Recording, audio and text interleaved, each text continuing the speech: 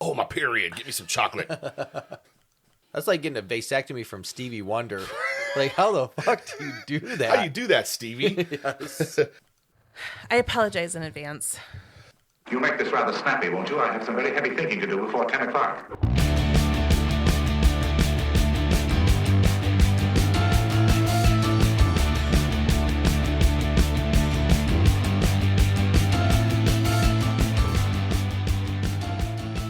Shomer Shabbos, everyone, and welcome back. Yes.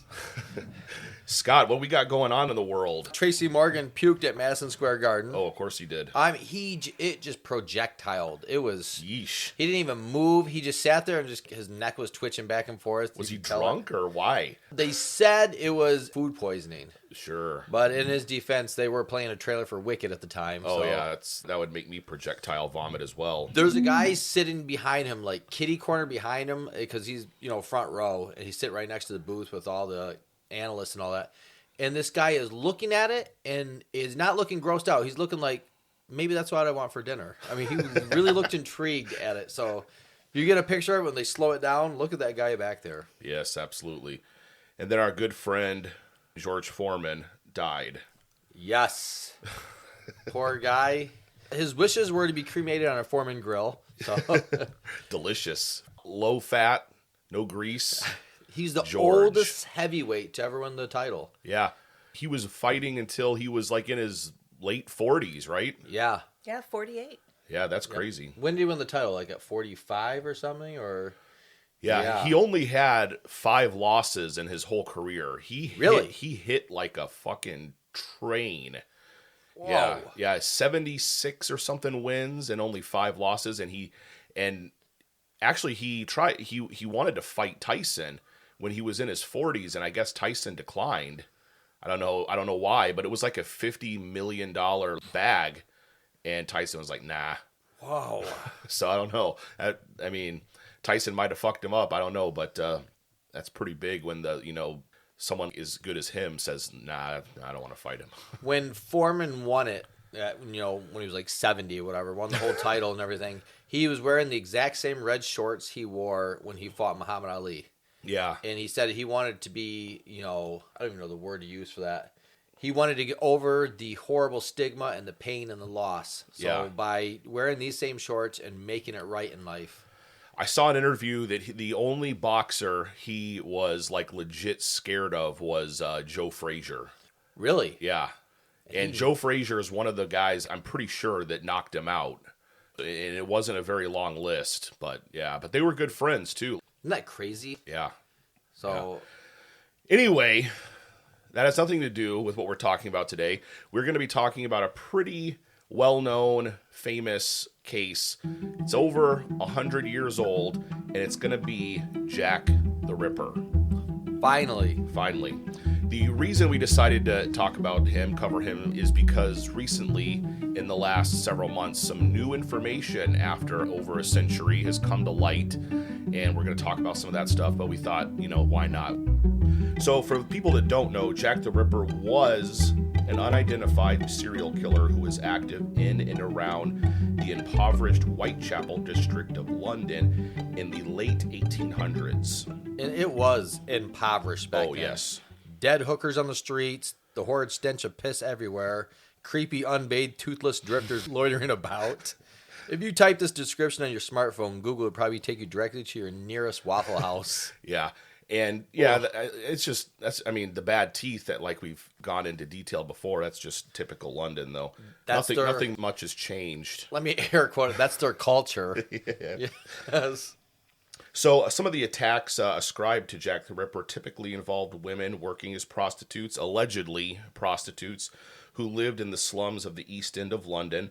Their throats were cut prior to abdominal mutilations, the removal of internal organs from at least 3 of his victims, and this led to speculation that the killer had some anatomical or surgical knowledge.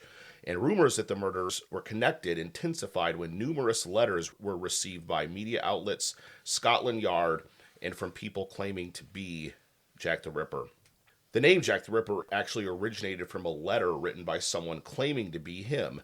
the letter was disseminated in the press, and the letter was actually widely believed to have been a hoax. So it's sort of interesting. The whole name persona was just sort of invented by a journalist, trying to sell newspapers.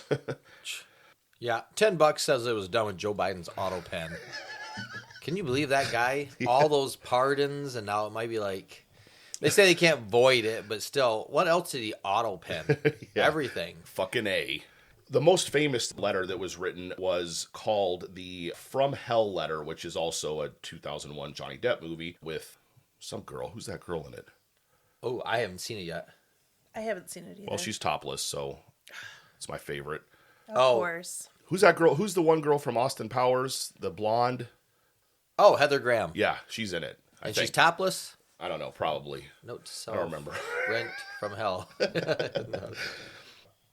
So this letter was received by George Lusk, who was a head of the Whitechapel Vigilance Committee, and what that was basically just a group of civilians who were going around, patrolling the streets in the Whitechapel area because the police couldn't catch this fucking guy. So they're like, all right, well, we'll try. The letter came with a half-preserved human kidney.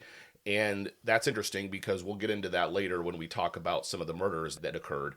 And the other half of the kidney in the letter stated it had been cooked and eaten. Letter came with a half-severed kidney. Yep. This is Jeffrey Dahmer's version of DoorDash. Yeah, this letter, there's never been any proven evidence who authored this letter. And there's never been any evidence whether or not the kidney was actually eaten. So who knows? We probably will never know. So what we're going to do is get into the recent findings that have come out about Jack the Ripper. And we're going to get into more detail about them towards the end. But first, we're going to just present you with these findings that have come out recently. So an English historian and author named Russell Edwards, he purchased a shawl that supposedly belonged to Catherine Eddowes, and he had this shawl tested, and supposedly DNA found on this shawl that was recovered from the scene of her murder was tested, revealing after 140 years the possible identity of Jack the Ripper as a Polish immigrant barber named Aaron Kosminski, who supposedly died in a mental institution in 1919. Yeah, they said he was schizophrenic, or what women call mood swings. But, yeah, like... Oh, my period. Give me some chocolate. So, blood that was found on the shawl matched from a direct female descendant of Eddowes, and this is where it gets a little bit sketchy. There was supposedly semen found on the shawl, and it was tested and identified, and it came back to belong to Aaron Kosminski. Now, we'll get into why this is questionable here in a little while. They found Bill Clinton's, too, but he had a great alibi. He was babysitting, let me air quote this, a lot of talented teenage girls with a bright future on Epstein's Island. Yes, absolutely. Or what they call Future Intern Seminar Tutorial, FIST, F-I-S-T. Everybody needs to be fisted. No, it's crazy. You're pushing it. Yeah, sorry. It's crazy. They do that on Dateline and all that hereditary genealogy thing. And there's some chick that does it, and she does it like professionally, and she's solved like thousands of cases. Yeah. Because they can just narrow right down to a certain person. Yeah, in a certain area. It's pretty awesome what we can do now. So the victim, the blood of Catherine Eddowes, was on the shawl, and it was found to be a 99.2% match. So the likelihood of it having belonged to her is pretty high. Whether or not the DNA that was found on it was actually Jack the Ripper's, well, like I said, we'll get into that. Yeah. I would love to have the job of telling her family today about this huge breakthrough. Yeah. Like, hey, you know how your great-great-grandmother was a nasty street whore? Well, we've got great news. We've got the evidence that she was. Yes. So Kosminski moved to England as a child and worked as a barber in Whitechapel. And when they say barber back then, those guys were sort of like surgeons. Like, they had some surgical knowledge. They could patch someone up. So, it's kind of interesting that a barber was the DNA that they found on the shawl. He did have symptoms of mental illness and had been committed to a number of insane asylums.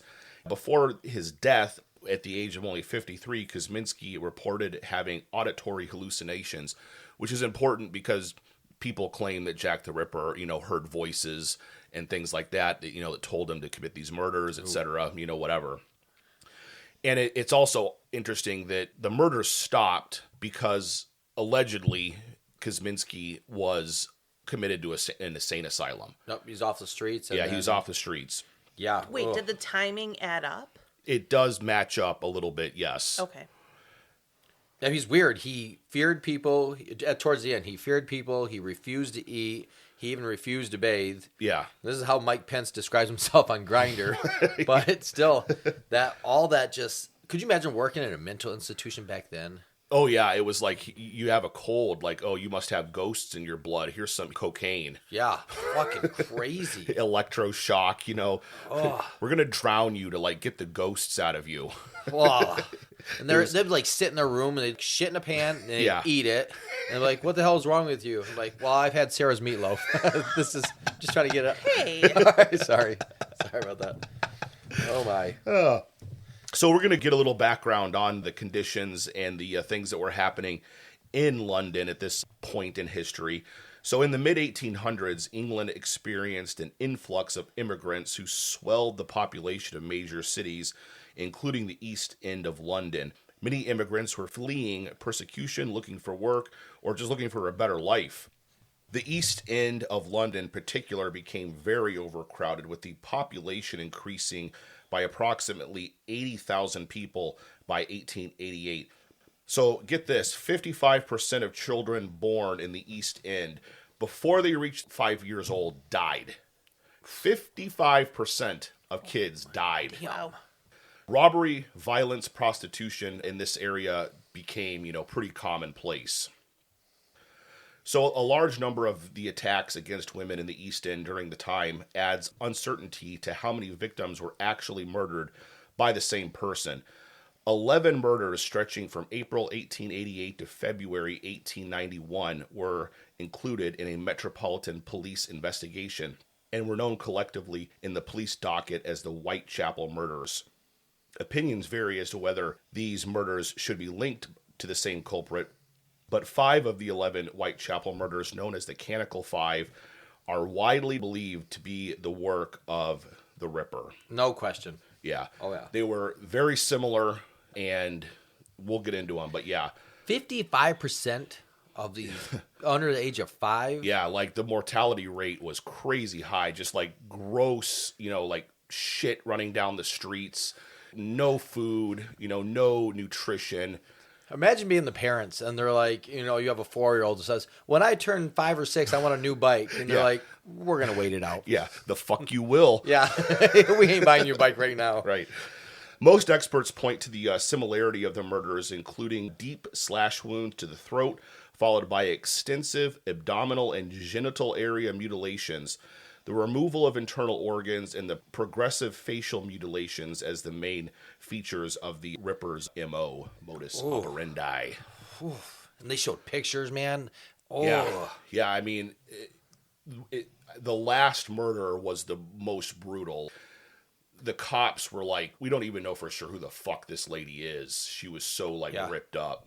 I thought I saw that too. I was Googling it, and it was actually just Chelsea Clinton senior pictures. That bitch, she came into some serious money. I don't know about that. You got to Google that. I don't know how she came into millions and millions. Yeah. I just read that the other day. I was like, whoa. It was hush money. She's like, her dad just gave it to her. Like, don't tell your mom how many people suck my dick. You wonder if he hit on her an accident. She's got her back turned. He just grabs a whole handful. Yeah. I wouldn't put it past him. Oof. So we're going to get into now what are known as the Canonical Five. These are the 5 victims that are most likely attributed to Jack the Ripper. They're very similar and very brutal. Absurdly brutal. When you go into detail, I just need our listeners to... Because everybody thinks, you just cut them a little bit and that's it, and they bled out. No. Oh. It's very brutal. So these 5 women, they are Mary Ann Nichols, Annie Chapman, Elizabeth Stride, Catherine Eddowes, and then Mary Jane Kelly.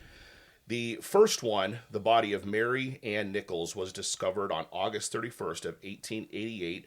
Her throat was severed by 2 deep cuts, one of which completely severed all the tissue down to her fucking vertebrae bone.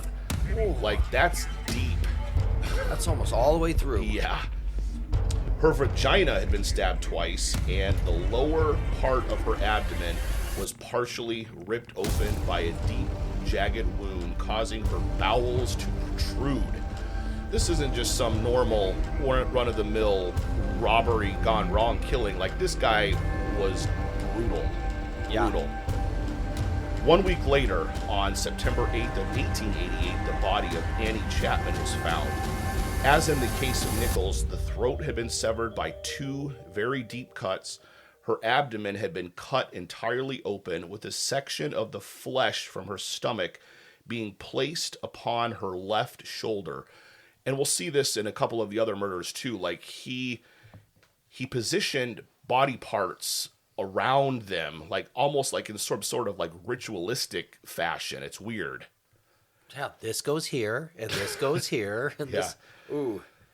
So he placed part of the stomach above her left shoulder, another section of the skin and flesh, plus her small intestines being removed and placed above her right shoulder. Autopsy revealed that her uterus, sections of her bladder, and vagina had been removed. We don't know where they went. Where are these organs? Yeah, just took them all home with them. Yeah. So the third one was Elizabeth Stride and Catherine Eddowes. Now, they're put together like this because they were killed basically super close together. They were both killed in the early morning hours of Sunday, September 30th of 1888. Stride's cause of death was a single clear-cut incision measuring 6 inches across her neck, which had severed her left carotid artery and her trachea. The absence of further mutilations to her body has led to uncertainty as to whether Stride's murder was committed by the Ripper or whether he was interrupted during the attack. I'm of the opinion that he was murdering this bitch. Sorry, this lady. Sarah gave me a look. I had to change that. He was murdering this lady. He hears somebody coming, he takes off. So he didn't get to finish. And it also is probably why he decided to go out and murder another lady the same night. Yep, get it out of the system.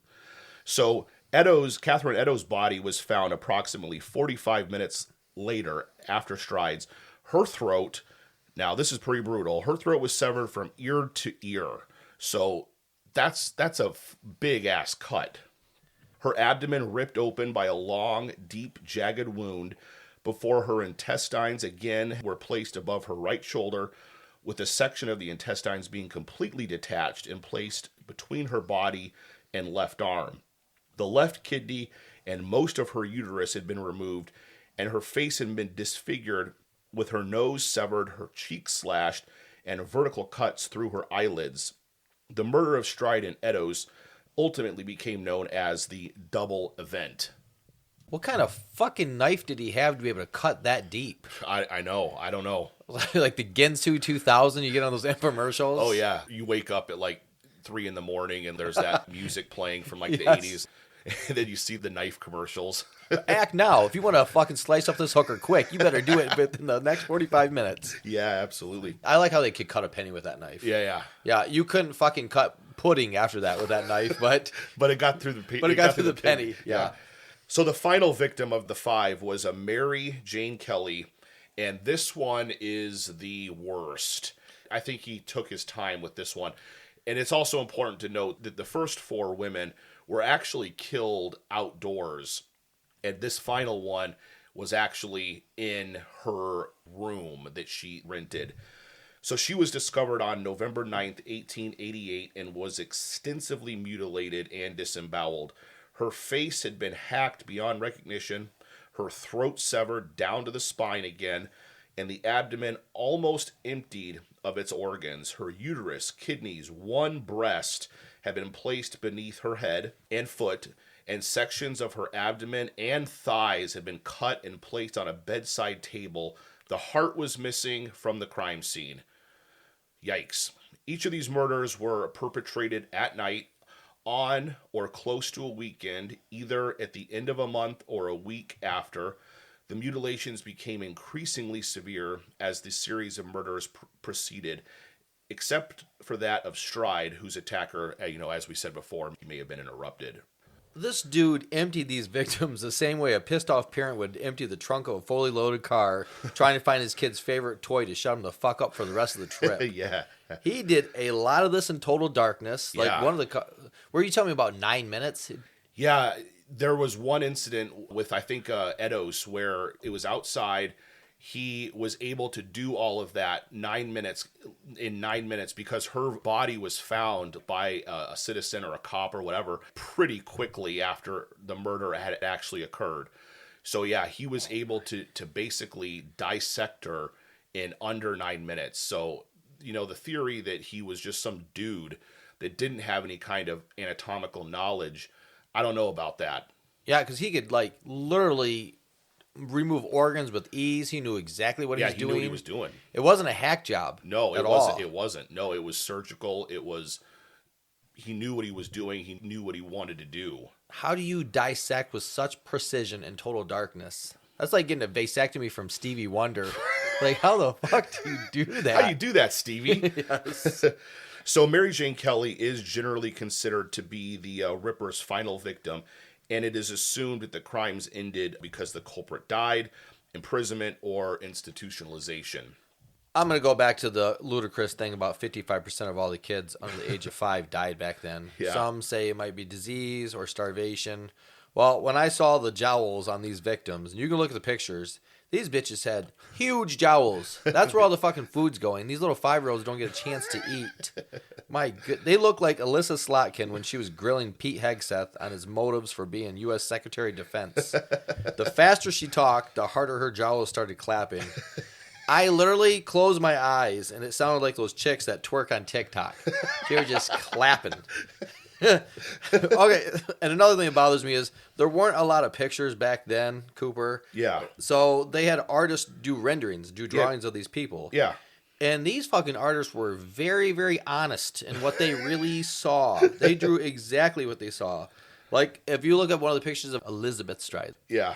Her drawing included, if you put a jerry curl on a hooker, then put her in a house fire for 10 minutes.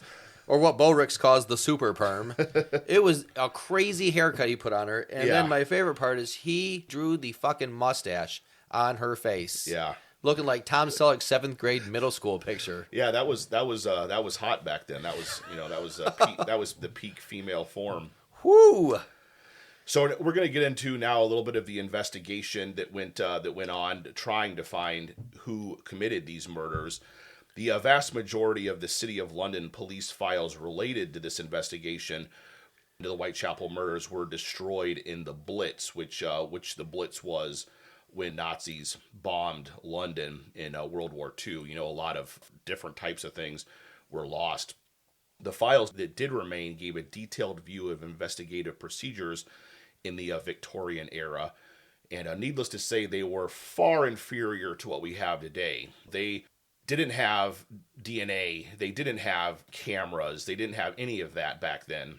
Did they even have fingerprints back then? Or was I don't even know. I don't think they did. It was all like you basically catch the guy in the act, or you're fucked. Yeah. A large number of police conducted house-to-house inquiries throughout Whitechapel. Forensic material was collected and examined.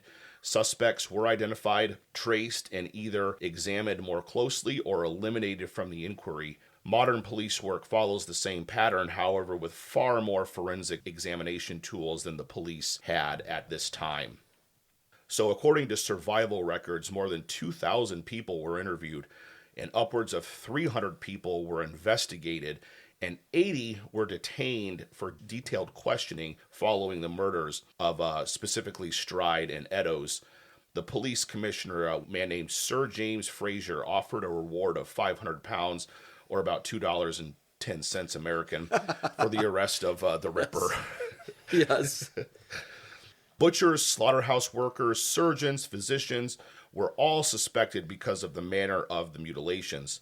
A surviving note from a major, Henry Smith, indicated that the alibis of local butchers and slaughterhouse workers were investigated, with the result that they were eliminated by inquiry just because they had alibis or they weren't in the area or whatever. A report to the Home Office confirms that 76 butchers and slaughterhouse workers were visited, and the inquiry encompassed all of their employees for the previous 6 months. Many experts then, and even in recent years, thought the culprit was a butcher or like a cattle drover or one of the cattle boat workers. Basically, anyone that slaughtered or killed animals between London and the mainland Europe. Whitechapel was close to the London docks, and usually such boats docked on Thursdays and Fridays and departed on a Saturday or Sunday. The cattle boats were examined, but the dates of the murders did not coincide with a single boat's movements, and the transfer of crewmen between boats were also ruled out. This is how I wanted Titanic to play out at the end. Yeah. Yes. Got people hopping from boat to boat, just slicing people up. Uh-huh. So there was a rudimentary procedure for profiling criminals back in the 1880s, and we'll talk about that here a little bit now. So the police surgeon, a man named Thomas Bond, gave his opinion on the extent of the murderer's surgical skill and knowledge, and the opinion offered by Bond on the character of the Whitechapel murderer is the earliest known offender profile of Jack the Ripper. Bond's assessment was based on his own examination of the most extensively mutilated victim, which was Mary, and post-mortem notes from the 4 previous Canonical 5 murderers. He wrote, "All 5 murderers, no doubt, were committed by the same hand. In the first 4, the throats appeared to have been cut from left to right. In the last case, owing to the extensive mutilation, it is impossible to say in what direction the fatal blow was made," which, wow, she was fucked up, the last lady. "But the arterial blood was found on the wall in splashes close to where the woman's head must have been lying. All the circumstances surrounding the murderers lead me to form the opinion that the woman must have been lying down when murdered, and in every case, the throat was cut first." So these women, it's been speculated, they could have potentially been asleep. And you're like, well, they were outside though, most of them. Yeah, but people were so poor back then, they slept on the streets, they slept in alleys. Why don't they find the guy that's covered with a shit ton of blood? Right. Yeah. Just anybody walking by looking like a used tampon, like, okay, it's got to be. Yeah, well, let's haul this guy in for a little. Let's ask him a few questions. Man. So Bond was strongly opposed to the idea that the murderer possessed any kind of scientific or anatomical knowledge. He sounds jealous. I don't necessarily agree with that. That fucker's jealous as hell. I strongly oppose to the idea that the murder. He's just better than you, fucker. His gay lover was like a surgeon or something. He did it in 9 minutes. What can you do in 9 minutes, Bond? Yes. You certainly can't please a woman. Yeah.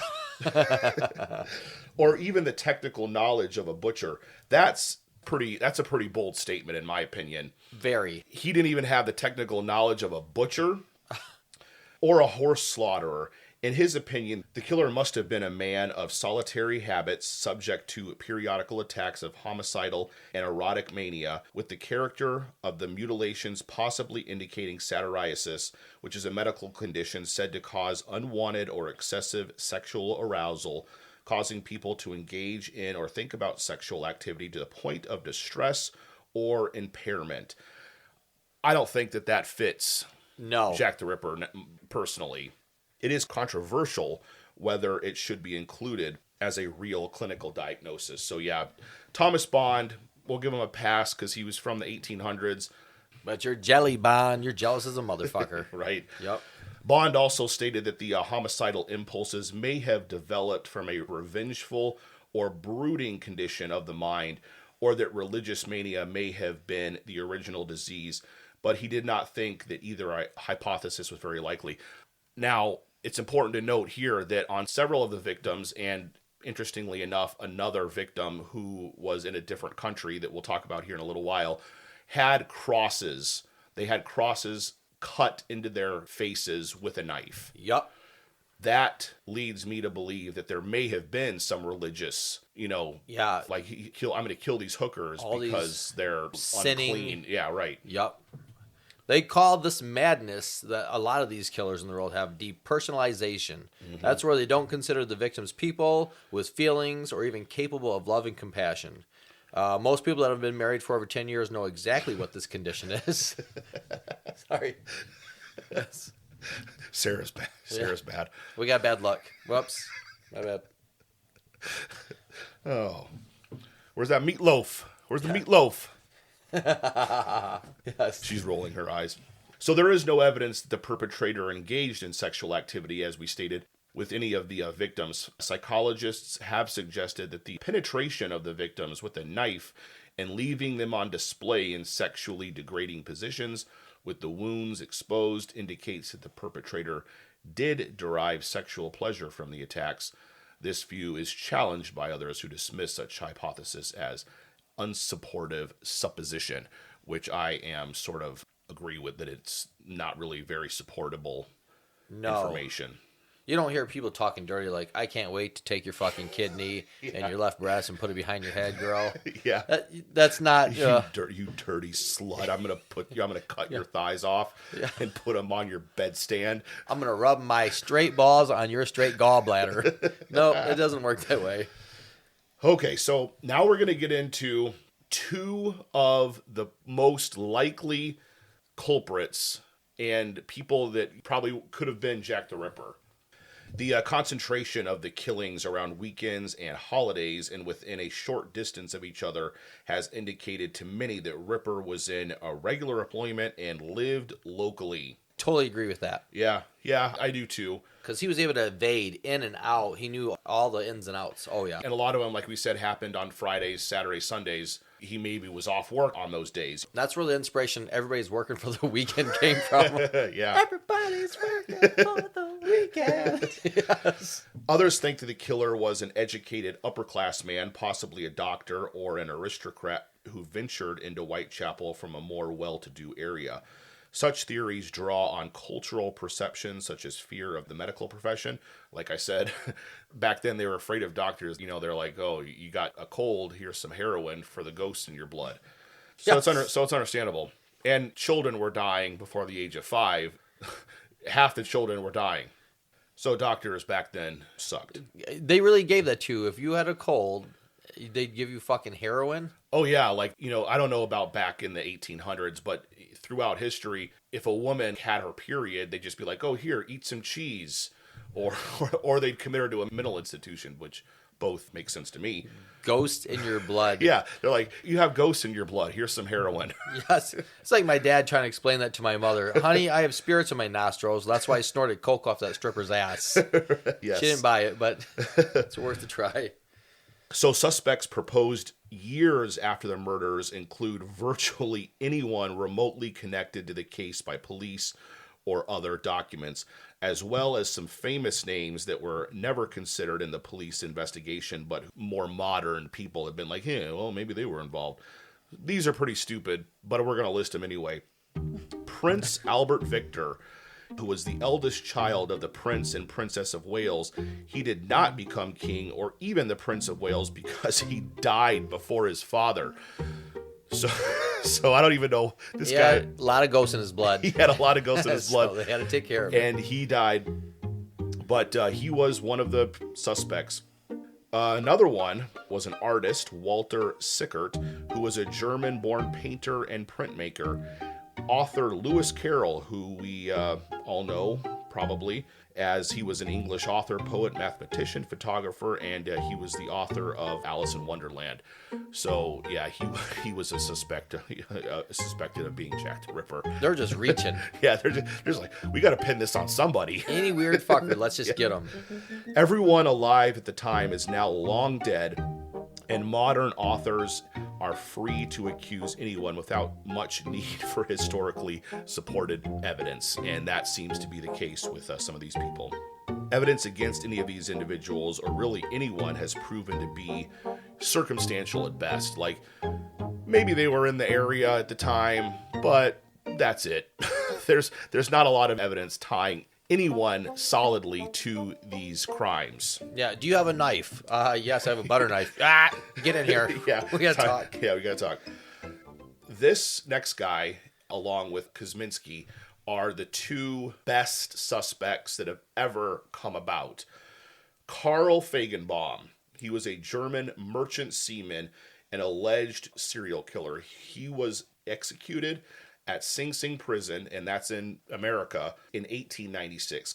Contemporary hypothesis accuse him of being Jack the Ripper, and we're going to get into why that is, and it is pretty interesting. Very. It is interesting. He could very well have been Jack the Ripper. All the strings of yarn line up right to his name on some of these things. They totally do. They do. Official records only tie Feigenbaum to one murder, and this was not in London. This was in the United States. It was in New York, but it was very brutal, and it was enough to get him sentenced to death. And although the murder Feigenbaum committed was similar to those that occurred in Whitechapel, it seems somewhat questionable at best. However, there is some compelling evidence to tie him to both locations. Feigenbaum was renting a room from Julianne Hoffman on Friday, August 31st. Feigenbaum entered the room where Mrs. Hoffman slept and began stabbing her in the neck. He did not realize that her son was also sleeping in the room, and the boy began to scream for help. Police immediately came, and after a brief chase, were able to apprehend and arrest Feigenbaum. And like we said, 2 years later, he was executed in the electric chair. That electric chair, dead seriously, it was nicknamed Old Sparky. Yeah. Which is the same nickname Marjorie Taylor Greene gave her dildo. The only difference is the chair didn't use half as much electricity to get the job done. Yeah, the electric chair back then was brutal too. I read in my research that they had to go like 3 times to get this guy to die. Man. Yeah, it was yikes. That would he sounds suck. like he's an asshole and he deserved it, but still. So the first person to claim that Feigenbaum was Jack the Ripper was actually one of his attorneys, a William Sanford Lawton. Once his defendant died and Lawton was released from his attorney-client confidentiality, he declared to the American press that Feigenbaum was Jack the Ripper. And the theory is that Feigenbaum, who was a sailor, he could have landed in England aboard a German ship called the Raider, which arrived in the British ports near Whitechapel in the fall of 1888. This ship, according to records, was in the docks in London at this time. Yup. Yep. And this is exactly when the Ripper murders took place. There were also other murders in Germany attributed to Feigenbaum, but many of them do not fit the MO of the Canonical Five in Whitechapel. The murder in New York also does not quite fit. However, it's interesting that he was in the area at the time of the Jack the Ripper murders. And he was a murderer in Germany. He killed at least one woman in the United States. The difference, though, is he strangled, used axes, and other various things, but nothing matching exactly to the murders committed by Jack the Ripper. And it's important to note that he was in London at the same time as the Jack the Ripper murders. It's also important to note that this may have been a coincidence, and Feigenbaum was an asshole, but may not have been Jack the Ripper. It's interesting, though, because he was there, he was a known murderer. I think in the New York murder, the same sort of crosses were cut on the victims' faces as what was done with at least 2 of Jack the Ripper's murders in Whitechapel, which is pretty compelling evidence. And they have ship logs logging the workers from where they went to New York to London and all that, and every ship log matched up with every murder. It did, and he was there. There's no doubt about that. I wonder if Feigenbaum's lawyer came out with this information because Feigenbaum confessed to him? Correct. Or if the lawyer just came to that conclusion on his own because of travel logs. Yeah. Or if he's got a book deal. It's unclear, but modern investigators have matched the ship logs that Feigenbaum was on to being in London at the time of the murders. So in addition to the contradictions and unreliability of accounts, Attempts to identify the murderers are hampered by the lack of any confirmed forensic evidence. As we stated at the beginning of the episode, DNA analysis may have been attempted to tie Aaron Kosminski to the crime scene evidence and another individual named Walter Sickert to letters, possibly hoaxes, claiming to be Jack the Ripper. The mitochondrial DNA recovered from the uncorroborated crime scene evidence compared with undisclosed descendants of Kosminski who had no children. So that's a little bit weird. They haven't released whose DNA they used to match this guy's DNA with. And it's considered to be definitely questionable. The study linking Kosminski could not be replicated, and the original data could not be located, which was the shawl, which I don't know why they couldn't locate it because they had it in the fucking first place. A peer review was done by the Journal of Forensic Sciences and later published an official expression of concern. So the whole Kosminski thing, he may have been a customer of Edo's, may not have been Jack the Ripper. Yeah. But it's still interesting. The shawl, almost 100%, did belong to her, but whether or not this Aaron Kosminski was the murderer or possibly just a customer of Catherine Edo's, hard to say. Wouldn't it be crazy if it's both of them and they like both fought over these hookers like angry brothers? My turn, damn it, my turn. So there are numerous varied theories about the actual identity and profession of Jack the Ripper, but authorities are not agreed upon any of them, and the number of named suspects reaches into the hundreds. So despite continued interest in the case, Jack the Ripper's identity remains unknown. Ooh, That's wild. Jack the Ripper. It's probably the same name Cub Scouts give to Jack Black because of his constant yanking down on their Buzz Lightyear underwear. I will not get over my hatred for this disloyal piece of shit. Yeah. Fucking ratting out Kyle like that. Yeah. Oh my goodness. Yes, Black Lives Matter unless it's Jack Black's. And fuck him. Have you seen his nasty ass beard lately? Yeah. It should be a question on Jeopardy. Dead serious. This is full of used trucker condoms, 2 dead anal gerbils, a half box of Fruity Pebbles, and a king-size melted Snickers. Yeah. Bloop, bloop. What is Elizabeth Warren's stomach? No. Bloop, bloop. What is Nancy Pelosi's belly button? No. Bloop, bloop. Jack Black's beard. Yes. That is correct. You got it. Yes. My theory is Jack the Ripper, if he was alive today, he'd be 131. Yeah. So I got $10 saying Jack the Ripper is Dick Van Dyke. That dude is still alive and he's creepy as fuck. Is he still alive? He is. He's still alive. Holy shit. And if you watch him in Mary Poppins, very rapey, very stalky. Sarah's going to argue with me on this. But, I bet when Bill Cosby was walking through his living room on his way to wake up a friend who was a little thirsty, you know what I mean? Yeah. And he saw Mary Poppins on TV and saw this fucker, he's like, this dude's giving me the creeps. This dude's messed up. Chimney sweep. We all know what a chimney sweep is. Yeah. And the way he talked. Yeah. Oh, Sarah's going to hate this, but I'm going to fucking love it. Hello, Maui. Can't fucking pronounce R's. So, I didn't rape you. What was the other horrible, shitty song he sang in there? Life is always better with Maui. All right. All right. Poor Dick Van Dyke. All right, maybe it wasn't him. I have my money on Kosminski just because of the schizophrenic craziness and him living in the area. He was definitely a resident of the area. He definitely heard voices. Wait. Aaron Kosminski was a Polish barber, right? Yeah. Wouldn't that be great if he fixed up all of his victims' hair? Seriously, after he killed them? Yeah. Just make him look like Dolly Parton or something. Give one of them a Rachel cut from Friends. Yeah. The other one will have like her highlights put in and cover up her roots. Yep. My favorite one would be the one with the drawn-on prepubescent Tom Selleck mustache. Yeah. Trim that damn thing up, level it out a little bit, so then finally somebody's like, hey, Aaron, are you sure you're not Jack the Ripper? Because all the victims received hot oil scalp treatments, and you're the only one doing it on this side of London. Yeah. No. Yeah, do something about that Jerry curl, too. Like you ever see Coming to America where they got, let your soul glow. So glow. Yeah, that was excellent. Like, hit me, baby. Shh. Yes. I've always want to see like one of them sneeze and see if it just goes everywhere. covers it. Yeah. That was a great movie. That was awesome. Oh, yeah. Very good movie. all the book covers and movies depict Jack the Ripper wearing like a dark overcoat and a wide brim black felt hat. Yeah, yep.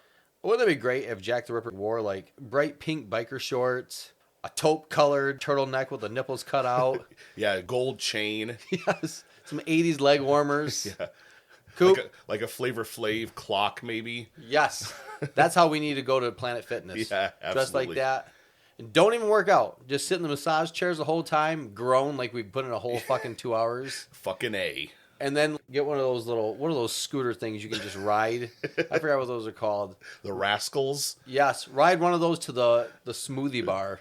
Don't fucking work out at all the whole time. Uh-huh. Yep. Oh, I would love that. They're both interesting suspects and really the only valid suspects out there. Yeah. But maybe something else will come up someday and we'll have to revisit this. That is our show. We appreciate you listening. As always, we are on the social medias. Give us a like, a follow, Instagram, Facebook. We're also going to do recipes. We're going to give out Sarah's meatloaf recipe. Yeah, that's coming. Yep. It's what, Look for that post. half pound of ground beef, eggs, you can Pubic mix a hair. little pubic hair. Yes. The key is to put it in the oven at 550 degrees for 7 hours. Yeah, with those ingredients, I would just want to burn it. Yes. Email us at beforewegetcanceled@gmail.com with 2 L's in the word canceled. So we appreciate you listening, and we'll see you next time. My name is Cooper. I'm AA Ron. No, Scott. I'm Sarah. You make this rather snappy, won't you? I have some very heavy thinking to do before 10 o'clock.